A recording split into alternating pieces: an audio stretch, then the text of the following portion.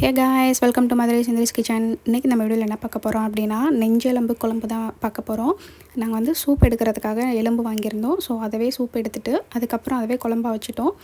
So சூப்புக்கு வந்து வெங்காயம், சீரகம், இஞ்சி பூண்டு பேஸ்ட்டு, மஞ்சள் தூள், ஒரு தக்காளி, இதுதான் வந்து ஃபஸ்ட்டு சூப்பை அரைக்கிறதுக்கு. இதை இந்த மாதிரி அரைச்சி பேஸ்ட்டாக எடுத்து வச்சுக்கோங்க.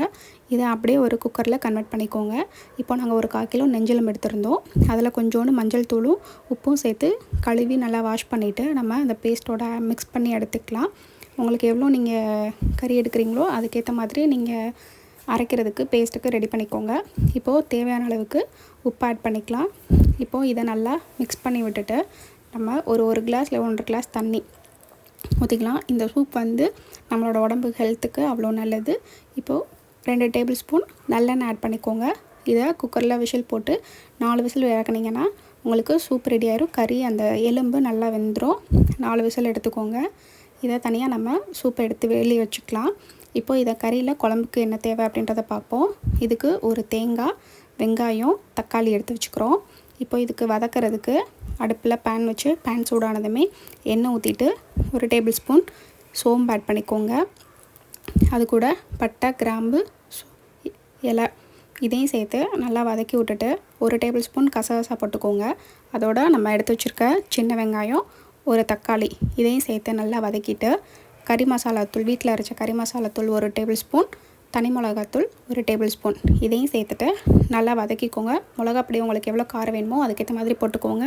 ஒரு கொத்து கருவேப்பிலை, இஞ்சி பூண்டு பேஸ்ட்டு நல்லா வதக்கி விட்டு இதை ஆற வச்சு நம்ம அரைச்சி எடுத்துக்கலாம். இப்போது தேங்காயை நம்ம ஃபஸ்ட்டு அரைச்சி எடுத்து வச்சுக்கிறோம் இந்த மாதிரி. அதுக்கப்புறம் நம்ம வதக்கின மசாலா ஐட்டத்தையும் நம்ம அரைச்சிக்கலாம். அது கூட கருவேப்பிலை, கொத்தமல்லி, புதினா இதையும் சேர்த்து நம்ம அரைச்சிக்கலாம். இப்போது அரைச்ச இந்த பேஸ்ட்டையும் தேங்காய் பேஸ்ட்டையும் மிக்ஸ் பண்ணிக்கலாம். இப்போ ஆல்ரெடி வந்து நம்ம எலும்பு வந்து வேக வச்சு வச்சுருக்கோம். அதோட இந்த நம்ம பேஸ்ட்டை நம்ம குக்கரில் ஆட் பண்ணி அதோட உருளைக்கிழங்கு நாங்கள் போட்டிருக்கோம். இதுக்கு தேவையான அளவு உப்பு போட்டுக்கோங்க. ஏன்னா மசாலா திருப்பி சேர்த்துருக்கோம், அதனால் அதுக்கேற்ற மாதிரி உப்பு போட்டுக்கோங்க. இப்போ அரைச்சி வச்ச பேஸ்ட்டையும் குக்கரில் ஆட் பண்ணிவிட்டு நல்லா மிக்ஸ் பண்ணி விட்டுக்கோங்க. 1 டம்ளர் தண்ணி ஊற்றிக்கோங்க.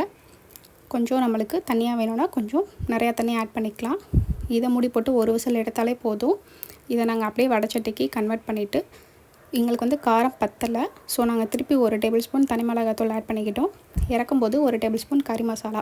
இப்போ இது தாளிக்கிறதுக்கு சோம்பு, வெங்காயம், பட்டை, கிராம்பு இதை போட்டு நம்ம தாளித்து கொட்டிடணும். அவ்வளோதான். குழம்பு கொதிச்சவும் நம்ம தாளித்து கொட்டிட்டோம் அப்படின்னா குழம்பு ரெடி ஆயிரும். நீங்களும் இதை ட்ரை பண்ணி பாருங்கள். இது இட்லி, தோசை, சப்பாத்தி, சாதம் எல்லாத்துக்குமே ரொம்ப டேஸ்ட்டாக இருக்கும். ஸோ நீங்களும் இதை ட்ரை பண்ணி பாருங்கள். இன்றைக்கி எங்கள் வீட்டில் சண்டே ஸ்பெஷல் எலும்பு குழம்பு, சிக்கன் 65. அதை வந்து சிக்கன் 65 ஆல்ரெடி வீடியோ போட்டிருக்கேன்.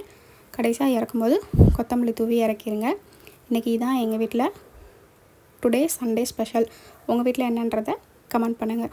இந்த வீடியோ உங்களுக்கு பிடிச்சிருந்துச்சுன்னா மறக்காமல் லைக் பண்ணுங்கள், ஷேர் பண்ணுங்கள், கமெண்ட் பண்ணுங்கள், சப்ஸ்கிரைப் பண்ணுங்கள். தேங்க்ஸ் ஃபார் வாட்சிங்.